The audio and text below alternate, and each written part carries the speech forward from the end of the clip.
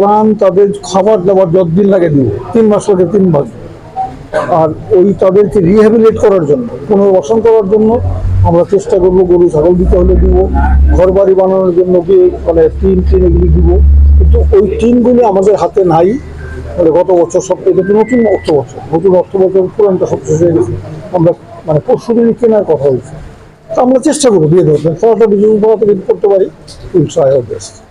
এটা এটা আমাদের মানে পুরো সরকার এই ব্যাপারে পজিটিভ, তবে এটা হবে, সবাই পজিটিভ যে এটা কিছু করতে হবে। আমি ধরেন আমি একটা মিনিস্ট্রি যদি হইতো তাহলে তা না, আর এভরিবডি হবে, তো ইনশাল্লাহ হবে।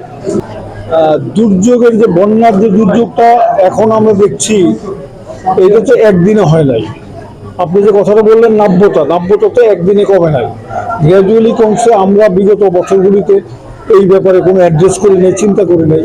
কিন্তু নতুন করে ভাবতে হবে, এবং এইটা আমার মন্ত্রণালয় না, এই মন্ত্রণালয় পানি সম্পদ মন্ত্রণালয়। তো এইটা যত মন্ত্রণালয়ই হোক, সবচেয়ে বড় সুবিধা বা আমরা করতে পারি, কৃতজ্ঞতা প্রকাশ করতে পারি যে প্রধানমন্ত্রী নিজে এই ব্যাপারটা ওনার হাতে নিচ্ছে এবং সিরিয়াসলি উনি এটা দেখতেছেন। আমাদেরকে সারাদিন গরুর উপর রাখছেন, কোথায় কি করলে ভালো হবে, এটা হবে এটা হবে। এবং আমি যত না জানি আমার মিনিস্ট্রি সম্বন্ধে উনি মনে হয় অনেক সবই জানেন।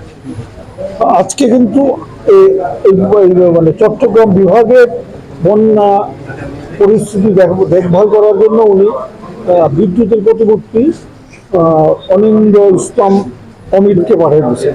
উনি চিটাগাংয়ে থাকবেন আগামী 6-7 দিন, যতদিন লাগে উনি থেকে কোঅর্ডিনেট করবেন।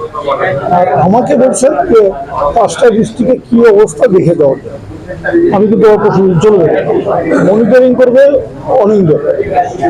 আমার মনে হয় আমি এই দুদিন তো না, আজকের দিন যা দেখলাম অনেক অনেক ক্ষতি হয়েছে। কিন্তু লোকাল অ্যাডমিনিস্ট্রেশন ডেকে নিয়ে আমরা বোধ হয় এটাকে সামাল দিতে পারছি। বলবো না যে সবই করতে পারছি, বাট সামাল দিতে পারছি।